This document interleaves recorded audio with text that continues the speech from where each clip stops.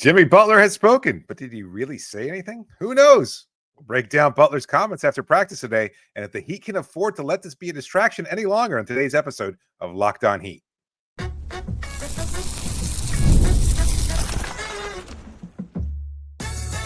You are Locked On Heat, your daily Miami Heat podcast, part of the Locked On Podcast Network, your team every day.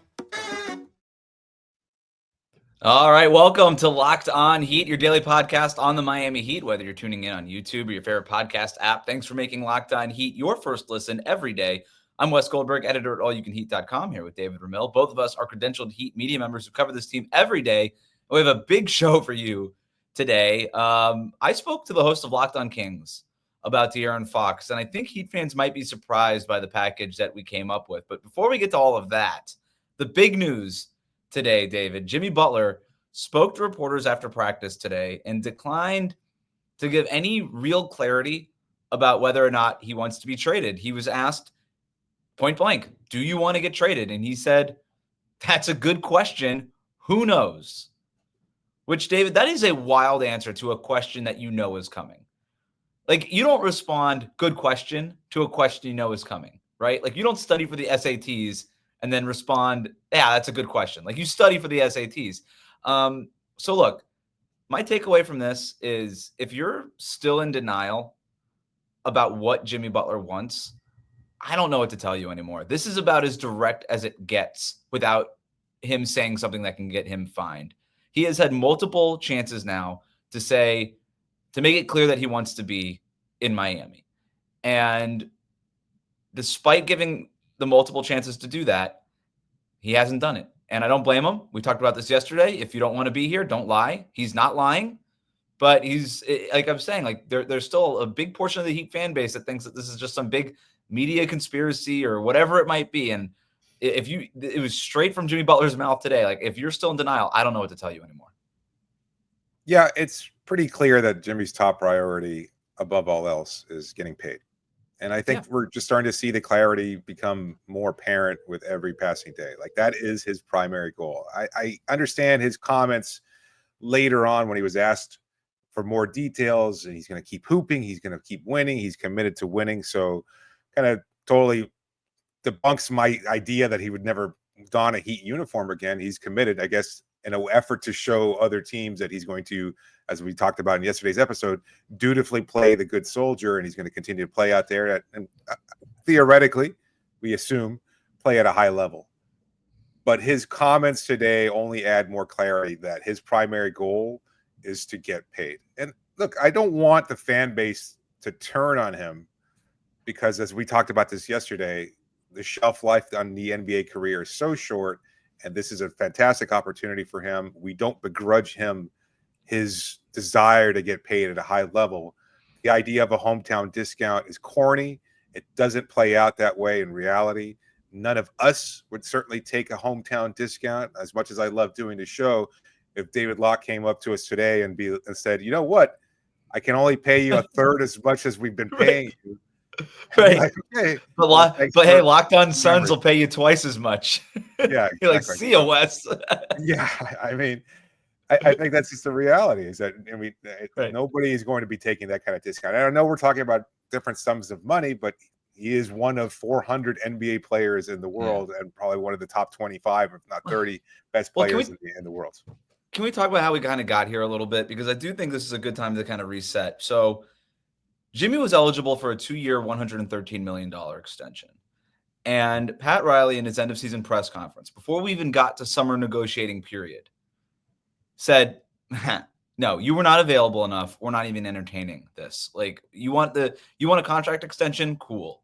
Don't even call my cell phone, is essentially the feeling he gave in his end of season press conference. Called him out, not only for his lack of availability, but for his comments saying about what it would have been like if he would have been out there against the Celtics or the Knicks or whatever. And that rubbed Jimmy Butler the wrong way. It came out in the reporting afterwards. And by the way, I'm not surprised that rubbed him the wrong way, because we all were even rubbed a little bit the wrong way by it when it was happening. We're like, whoa, that was a lot from Pat Riley, even for Pat Riley. So the summer happens. Those extensions never occur. Those conversations never happen. And Jimmy Butler, even at that point, starts Jimmy Butler and his representation. It comes out that, hey, we would be interested in playing for Philadelphia. And the 76ers go ahead and sign Paul George. So the Clippers don't give Paul George the money that he wants. Paul George ends up going with Philadelphia. And then the Sixers never have that cap space to basically just absorb Jimmy Butler. They decide they'd rather just sign Paul George for nothing, just for the money out of free agency. And then it's reported, and Jimmy Butler's representation makes it clear through the media, we don't even want the extension. Don't worry about it. We're going to play through the season, and we're going to enter free agency next year. And that's kind of where we left it until the season started. And then Jimmy Butler's played 20 out of Miami's 30 games so far. I think that's probably not as much as you would have hoped, but the stomach illness sidelined him for 5 games. And again, all the information I have is that this was a real stomach illness. Like, this is something that really did wipe him out. Now, could he have returned to the team a game or two sooner if things were in a little bit more hunky-dory? Probably, right? But, there was a real illness here that sidelined him, at least for a little bit. So, before that, it was 5 out of he played 20 of the first 25 games, whatever. At a relatively decent level. He's posting high percentages, Heat tenure high in free throw rate. Like, good stuff is happening there. Still one of the best 15 players in the league by all the advanced metrics and things like that. And I think the Heat go on that 4-game win streak. And I think maybe he thought, can we reopen contract negotiation talks? Because the Heat still have until June 30th to offer that 2-year, $113 million extension. Yeah. And the Heat have been adamant this entire time. There is no extension coming. And there is no max contract coming. You can opt out. We are not offering you a max contract. And I don't see the Heat budging off of that. He's 35 years old. He's not getting any younger. Players don't typically get better and healthier as they age. And that's not going to happen. At the same time, on Jimmy Butler's end, he has been very adamant. I'm opting out and I'm seeking the max. And that's essentially where things stand 2 months before the trade deadline. And it's why things have gotten to this point. And of course, there was all that ESPN reporting and all of this. Here's what I think is where these two sides truly are right now, despite all the comments that we got from Jimmy after practice today. Jimmy would be open to getting traded as long as he knew that money was coming to him. I think the Heat were listening to trade offers. I know the Heat were listening to trade offers. And that nothing worthwhile was phoned in. And I think that the Golden State Warriors, I think that has cooled a little bit as Jonathan Kuminga has played better. I don't know for certain they ever even included Kuminga in those conversations. I don't know that it ever got that far. But if you're the Warriors, I don't think you look at Jimmy Butler and say, yeah, that's the piece that could put us over the top. We're going to mortgage our future. I think the Houston Rockets, I think they're being a little bit more patient. I don't know that a real offer ever came through on that end. Even if you could make some sense of it, I think they're just being a little bit more patient. There's no reason for them, in other words, to make their best offer in December. Now, maybe that best offer comes in February, but there's no reason for them to make their best offer now. I think the Phoenix Suns are serious. I think they're serious in their pursuit of Jimmy Butler. Only their problem is that the way that they acquire Jimmy Butler is the most complicated, maybe even impossible. We've talked about it before. You would have to get a third team essentially to take Bradley Beal on, because the Heat aren't going to do that. And finding a taker for Bradley Beal and then getting Bradley Beal to waive his no trade clause there's so many hoops to jump through in that. But I do believe that Phoenix is the most serious suitor. I just don't know that there's anything that can happen there. And so I think the Heat figured all that out. Pat Riley said, there's nothing here for us. I'm sick of the speculation. I'm going to try to end it right now. And I'm going to try to call Jimmy Butler on his bluff and say, you're not going to bully us into trading you for something that we don't want. We'd rather just go into the summer and either A, figure it out then, or B, let you walk away for nothing and then get all the cap space that we want to increase our flexibility to build around Bam Adebayo and Tyler Hero. And I think that's where things are. And the problem with that is that Jimmy Butler still doesn't know where his next contract is coming from. And until that happens, the speculation is going to continue to be speculated. Like there is no resolution to this. Jimmy Butler's response after practice, Pat Riley's statement, and whatever, the situation's still not resolved. There's no sense of urgency from anyone. No one involved here. I think Jimmy has the greatest sense of urgency. Yeah. He wants to know, he wants to have the clarity, because he's one severe injury away from getting nothing. I mean, he could opt into the next year's money, but he won't get that long-term deal that he's seeking. So there is, from all the other partners involved, again, Phoenix probably has the most urgency, but I think Miami has a great sense of leverage. Like, really, they have full control of the situation because they don't care. Like, they know they're probably not a contender. There's probably that reality that they've accepted that maybe we can make some noise in the playoffs, and we'd love Jimmy to be a part of that. But as you just laid out, there's no sense for them that they were going to pay Jimmy. They don't want to pay Jimmy. And if he walks away and gets that contract elsewhere, well, thank you for your service. Thank you for 6 years of great basketball and defining this team, etc. But we're not going to be bullied into giving you what you want. I mean, that is the way Pat Riley has always operated, and we should have known that from the beginning. And maybe it shows a lack of,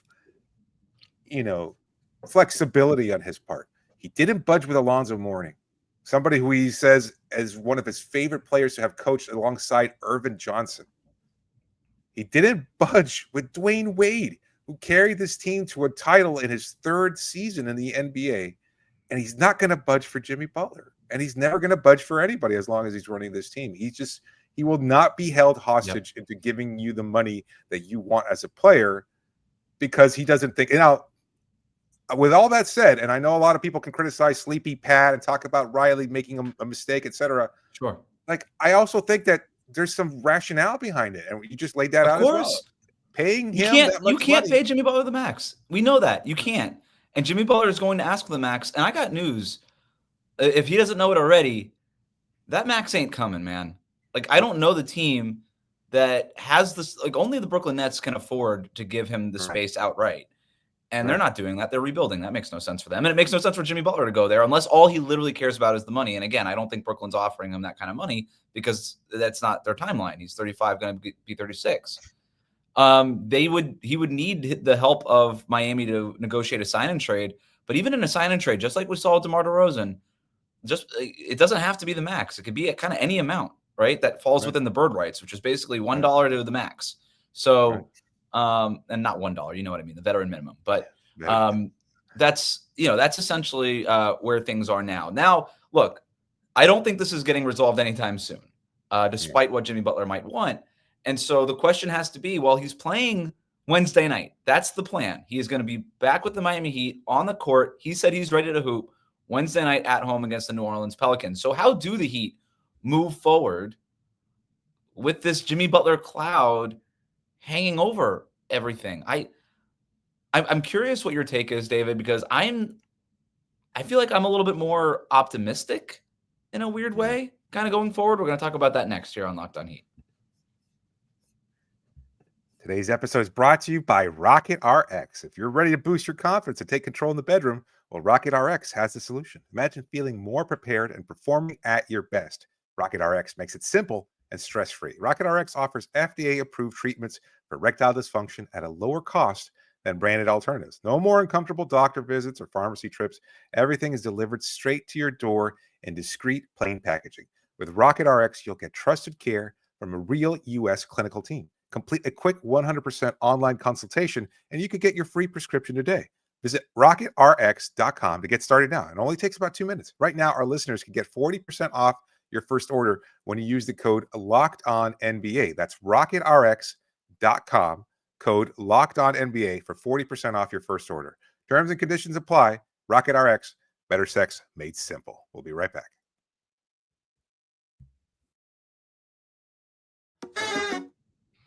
Thanks again for making Locked On Heat your first listen every day.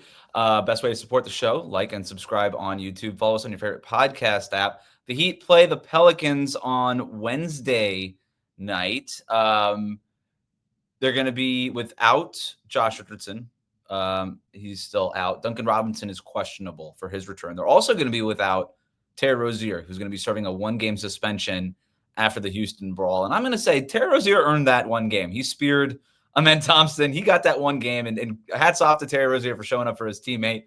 Love it. I hope Tyler Hero pays his fine. Tyler Hero also has his own $25,000 fine that he's got to pay. I still don't fully understand why you get fined $25,000 for getting thrown to the ground. Feels a little bit like victim blaming to me, David. Then Amen Thompson was given a 2-game suspension for the altercation. So that's where we stand. Yeah. I felt like it might have been more, since it felt like it could have been more. We just got a 4-game suspension the other night. I guess there was no like straight up punch thrown, I suppose, is the difference. Yeah. That's ridiculous to me. Like, we're talking semantics here, like the punch being symbolic of everything. Thank you, Kermit Washington, for destroying Rudy Tomjanovich's career. But still, I guess the idea of a punch being thrown, yeah, I guess the wow. I guess the idea of a punch being much more drastic than being horse collared and flipped onto the ground, karate style, like that is, I don't know how that works out. Like, I'm sure, like, Tyler bounced back, to his credit, but somebody was talking. Said he got a little bruise, seriously hurt. Yeah, he could have been seriously hurt that way. Like, it could have been a much more drastic, and so he's pretty lucky that it did. But you know what? Got clapping, cheering, loved it, whole thing. It's over. The hip stuff is real. I mean, Chet Holmgren, he took a much harder fall because he is twice the size of Tyler Hero almost, and half the weight. And half the weight, yeah, and came down pretty hard. But he's been out ever since, November, taking that hard fall with that hip injury. So, players, they talk about their knees all the time, ankles all the time, hips are, they're just as important as that stuff. Anyway, that's the latest. Here's my question. So the Heat are going to get Jimmy Butler back. They go 3-2 without Jimmy Butler on this road trip. Talking, you hear the coaches and the players talk at practice today, and they felt really good about that road trip. But Erik Spoelstra was also very upfront about the fact that it's like, he told his team after they got back from the road trip, hey, it felt like we were stressed out every single minute of that trip. Like, it just felt like always something was happening. That lets you know that this was a distraction. If the Pat Riley feeling like he had to come out with a statement wasn't enough to let you know that this was a distraction, like, Erik Spoelstra coming out and saying, like, there was just a lot happening these last 10 days, essentially. And again, Jimmy Butler's back, and everybody feels good about that. Like, the Heat are a better team with Jimmy Butler on the court. There's no question about it. Sure. I guess it's just, how do you move forward as long as this thing remains unresolved? I think the Heat do a really good job of blocking out the noise. I think they do a great job of keeping the main thing. That's their trademark. That's what they always say. But they're still human, man. And like I said, Erik Spoelstra acknowledged it. Pat Riley acknowledged it by making that statement. The rumors and distractions are affecting this team in some degree. So how do they kind of just move forward with all of this? I think the degree that you spoke of is what matters most, is that I don't think it's going to be a huge distraction. I think, first of all, local beat reporters will, occasionally bring it up, especially if they're sidling up to a player, or maybe talking to them in the locker room, or maybe kind of a throw-in question. There's not going to be future stories written about this. I don't think it's going to be as big a deal moving forward. They continue to win, they continue to lose, they continue to be the team that they are, and eventually this won't be the sensationalist story that it has been over the last 3-4 weeks. When they go on the road, that's going to be a different story, because then you're going to have different reporters bringing it up and asking Erik Spoelstra in pre-game media conferences, has the Jimmy Butler contract situation become a distraction for you? It's like, no, until you ask, jackass. Thank you for bringing it up. And so that's when, because you were one of those people that would ask that. Yeah, they have to ask. It's their job. I get it. But I mean, again, there's not going to be any clarification, though. It's like, it's going to be brought up. It's picking at a scab when you go from Miami to New Orleans or Miami to Washington. Everybody's going to ask that pool of reporters based in that particular city. Somebody's going to ask the question. Well, where they're going players soon. And shoot around. What's that? You know where they're going soon. They got a West Coast trip coming up. Sacramento, Phoenix? Golden State. Sacramento. I think Phoenix is Golden on that trip. State. Yeah, Golden State. Phoenix will be on that trip. Like, this is all going to come up. Like you said, that this will continue to be a story, and there's no news now, but there will be news soon. We know that. That's just the nature of the news cycle in the NBA. And maybe Jimmy Butler should be, quietly giving kickbacks to De'Aaron Fox and Zion Williamson, who have been like the latest in the round of trade rumors, and just like, hey, thanks for making everybody look over here. But we're just one more reporter. We're just one more Bernie Lee getting on the phone with a national reporter, or just something happening from this becoming a story again. Because like I said, nothing here has nothing has changed. A Pat Riley statement changes nothing. A Jimmy Butler not saying nothing after the situation still is what it is. Jimmy Butler wants his contract, and the Heat aren't going to give it to him. So I don't know. I don't mean to just sort of like profit in all the mud of the rumor mongering here, but it just feels like I still don't see why the story would be dead, because nothing changed. Not dead. Not dead. It's just, I think the players are capable of handling a lot better. It's going to be, as I said, the occasional distraction. Somebody's going to ask them. You're doing a story on somebody. You kind of talk to Bam when you're traveling on this West Coast road trip, and you ask the questions. Oh, I'm doing a story on you versus Domantas Sabonis. Oh, hey, well, by the way, how's the Jimmy thing coming along? I was like, oh, okay, thanks for bringing it up. So you're going to get asked about it. You don't like it. But I think, as we talked about before, like, the players all will side with Jimmy's perspective. They'll side with the team, because I think they're just kind of hardwired that way. They believe in this organization. I think the organization does a really good job of treating their players by and large. But I mean, no one's questioned Tyler Hero's commitment, and he's been on the trading block for 4 out of his 5 seasons or whatever. Like, he's been a constant part of rumors over the last few years, and somehow he's not the one who was asking for the new contract and leaking that he wanted to get traded. I would argue is the difference. Look, I will say this. I think Jimmy Butler is doing what he needs to do. Sure. I think you're absolutely right that the players are very good at compartmentalizing. And by the way, playing basketball is really hard. You don't have a lot of time to get distracted. Like, you're doing a shoot around, you're at practice, you're planning, you're getting your body right, you're trying to take care, you're trying to just be with family and disconnect as much as you can. And then when you can't, when you have to be connected, you have to be totally plugged in. But that's why they call it a distraction, right? Is because the distraction distracts away from the stuff that you're supposed to be doing. The Heat, more than, I would argue, any other team in the NBA, do a better job of compartmentalizing. And that starts with Pat Riley, and it starts with Eric Spoelstra at the top. And it filters on down to Bam Adebayo and Tyler Hero. They were all asked about this stuff recently, and they said, I wasn't even on social media. And whether or not they're telling the truth or not, the same thing with Jimmy Butler. Not really the point. But the point is that I do think that this team has shown time and time again to be able to kind of plow through all of this stuff. And even in 2024 going on 2025, an amazing job of just sort of, again, filtering everything down to the product on the court. What do we have to do to win the next game? I think they do that better than anybody does. And that's why I kind of said I'm more optimistic than anybody, despite the fact that this Jimmy Butler situation remains unresolved. I think Jimmy's going to get out there, play on the court. I think he's going to play well. Most nights, more nights than not. And I think this team is good. I don't think they're a contender. I think they're good enough to make the playoffs outright. If Jimmy Butler's on the team for the rest of the season, they could even win a playoff series, depending on what the matchup is. And I think that's fine. I think that's totally fine. So whether or not this thing gets resolved before the trade deadline or in the summer, I expect this to look more like it did. Now, that doesn't mean that something else can't happen. Some other domino can fall and the whole thing really blows up. But right now, I think we're at a point where they can kind of just trudge along despite this thing looming over everybody. Yeah, I agree. I think it will be as mitigated as possible. They'll put it past them. They'll move forward. And even Jimmy's comments today, like, he's just going to concentrate on winning and hooping. And it behooves him to be able to play well for whatever team is looking at his current playing time and the level of play, and whether or not they want to offer that kind of money. It's like, you know what? He finished out that season strong. He put all those distractions behind him. He still carried Miami to a top 4 seed in the East, etc. Like, these are the kinds of goals that, on a personal level, he should try to set.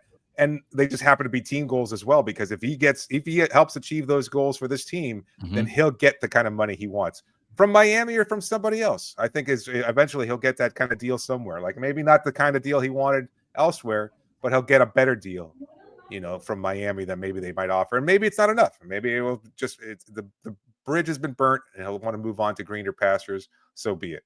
If he can get that deal elsewhere, we'll see what happens. But I think it's going to be, I think it's going to be just fine. I think there's going to be some tension occasionally, but they're mature enough, I think, and stable enough as an organization to be able to weather that and still be able to concentrate on winning. And they're still going to be, as you said, they're going to be limited anyway. They're not that great a team, and you're not going to see them flounder because they're good enough to They're avoid good. that. They're not great. They're good. Right. They're not great. That's just what They're the not team going to is. fall off a cliff, right? They're not going to. You're not going to be able to tell that if they lose, you're not going to be able to tell because it's a distraction or because they just aren't. They're not that good. Right. This will flare up again. I don't think it's over, but for now, I think they're in a decent enough holding pattern. Meanwhile, we talked yesterday about De'Aaron Fox being on whale watch, David. I went on Locked On Kings earlier today. I think Heat fans are going to be surprised with what Matt George, the host of Locked On Kings, said was the best possible package or the best package that the Heat could offer and one that he might even be willing to accept. We'll talk about that next year on Locked On Heat. Today's episode is brought to you by Rocket Money. Did Rocket Money help you find subscriptions that you forgot about or that you were paying for twice? Well, I know it's happened before. I had a few subscriptions that I didn't even realize I was still paying for. Rocket Money made it so easy to track them all down. It's like having a personal assistant for your finance. It's a personal finance app. It helps you find and cancel your unwanted subscriptions. It monitors your spending, and it helps you lower your bills so that you can grow your savings. It brings everything together in one place, and it even helps you reach the goals that you want to hit this year. Look, 2025, you want to start a resolution to build up some of your finances? Well, Rocket Money can help. They've got over 5 million users that have saved a total of $500 million in canceled subscriptions, saving members up to $740 a year when using all of the app's premium features. It's one of the best features, I understand. Look, the subscription tracker is great. Cancel services, and it helps you save a ton. Plus, with their goals feature, you're able to set aside money automatically for your future. No more stressing about budgeting every month. So cancel your unwanted subscriptions and reach your financial goals faster with Rocket Money. Go to rocketmoney.com/lockedon today. That's rocketmoney.com/lockedon. rocketmoney.com/lockedon. We'll be right back. Thanks again for making Locked On Heat your first listen every day. The best way to support the show, like and subscribe on YouTube. Follow us on your favorite podcast app. Happy New Year, everybody. By the time you're hearing this, my appearance with Locked On Kings will probably be up on the Locked On Kings podcast page, YouTube page, etc. And we talked basically through some potential De'Aaron Fox trade packages. And we talked through an assortment of different ideas, right? Is Tyler Hero involved? Is there a 3-teamer that includes Jimmy Butler going to Phoenix and other stuff going to Sacramento or whatever?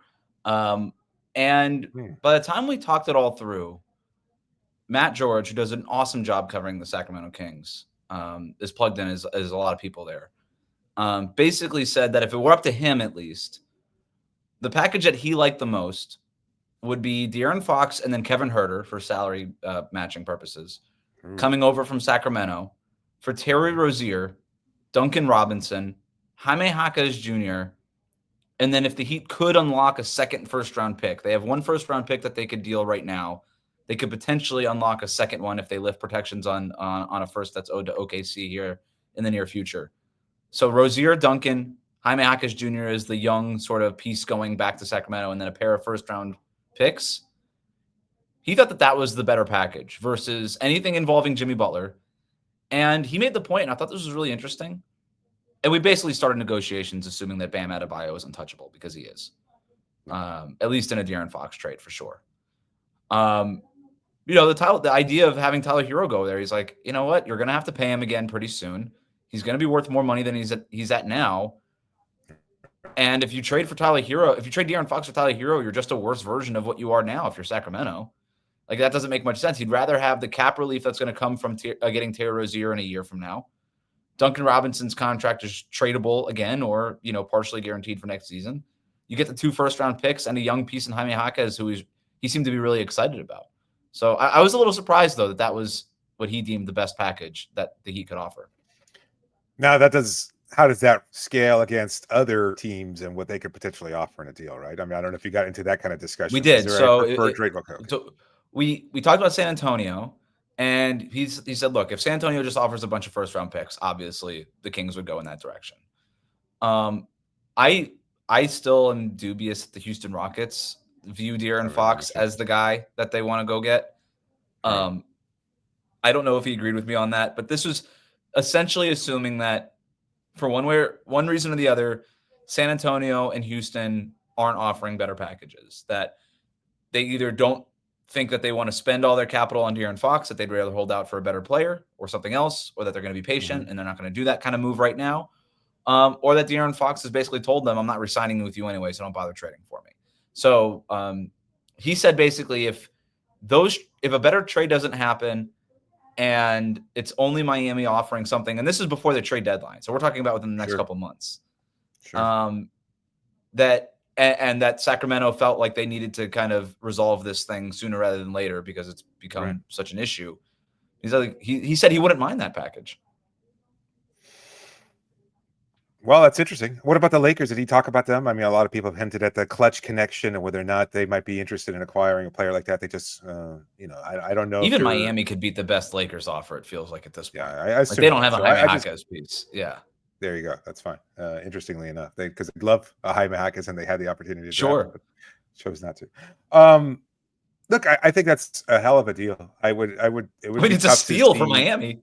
Yeah. Yeah, it would be tough to see Duncan and Jaime leave, but if you can get a player of De'Aaron Fox's caliber and you can retain Jimmy Butler, and who knows what will happen next year. But I mean, that's a core of a team that could win a championship this year. I think if you have Tyler, Jimmy, Bam, and you add De'Aaron Fox to that mix over the last 2 months of the season, I mean, couldn't they beat the Boston Celtics? Couldn't they beat the Cleveland Cavaliers? I mean, couldn't they beat? I don't know. They'd have a much better chance. I mean, that's a team that is as good as anybody. I mean, that is a team that is. To answer your question, yes. Could they in a 7-game series? Of course. Right now, it's absolutely not. Like the Heat have no chance of beating Cleveland or Boston the way that they're currently constructed. But you add De'Aaron Fox to the team that they essentially already have. Right. Then it has a chance, but I think they're clearly in that next tier, whether, with the Knicks and maybe the Milwaukee Bucks and the Orlando Magic and these other teams that we're talking about there. Yeah. I mean, you're losing some shooting in Duncan, obviously, but Kevin Huerter's no slouch in that department. And so that would be an interesting addition. And you're keeping Tyler. That they'd have to include a guy like Huerter. And you're keeping Tyler. And you've got Nico and Khalil. And I mean, so you're not blowing up your young future. Unfortunately, again, having to move a player like Jaime, but it brings him closer to his California roots, right? I mean, that's something he could look forward to, I suppose. I mean, you could kind of spin it that way, an opportunity to play closer to home, closer to the family, et cetera. So, and it's got to cost you something at the end of the day. I mean, it's De'Aaron Fox that we're talking about, and if it costs you Jaime Jaquez Jr., it's okay. Like he's a fan favorite, but you're getting De'Aaron Fox, so it's going to have to cost you something. Yeah, and the picks would be tough, but I mean, it's not like Miami really values her anyway. I mean, they'll find somebody else undrafted and they'll turn them into a workable player because that's what they do. And again, you kind of retain a big three moving forward. That's the thing. Maybe you've got Tyler, you got Bam. If you wind up losing Jimmy anyway, which seems to be the case, at least you still have a nice, comfortable core. Maybe not a championship contending core, but certainly a playoff bound contending core. And if you can still find ways of adding to that mix, eventually, I think you're still in a pretty good place. And so that sounds like a really good deal. I don't know if Miami's moving forward with anything like that. I think there'd have to be much more pressure on Sacramento to move things. Did he give you any kind of sense of the timeline there? Like, do they want to move on from Fox? Has he burnt a bridge there? As the fan base turned on him to such a degree? He said that everybody has essentially it feels like Kings fans have accepted that De'Aaron Fox is going to not be long for Sacramento, whether it's before the trade deadline or after. But it wouldn't. He said basically as soon as they fired Mike Brown, he's saying you kind of have to reset the whole thing. It just is what it is. Now that's him saying it. There's no way to know exactly what Sacramento is going to do here, but I think never. No, I mean they're the most broken organization. I made the argument the other day. They're the most broken organization in pro sports. I mean, like it's even when they take a step forward 2 years ago, they take multiple steps back. And I'm sorry, Jets fans. Like it's like Sacramento's worse. Like it's awful. At least the Kings are. At least the Jets are making money in the meantime. But are they the worst franchise in the NBA? Like I feel like there should be others in the NBA. No question. I'm talking about pro sports. Like who's worse than the NBA than Sacramento? I mean, you can look at other teams in baseball, like the A's, et cetera, like constantly cost cutting and stuff like that. But I mean, the A's aren't broken; they're like dead. Like they're beyond. Past. They're already buried. They're expired. Yeah. No, I even argued like at least. I mean, I don't know. Like you could argue maybe the Marlins, but like it's just ooh, that's an argument for lockdown right Kings, here. I know, right? Literally right here. All right, that'll do it for us today. Thanks for making Locked On Heat your first listen every day. Like, comment, and subscribe on YouTube. Follow us on your favorite podcast app.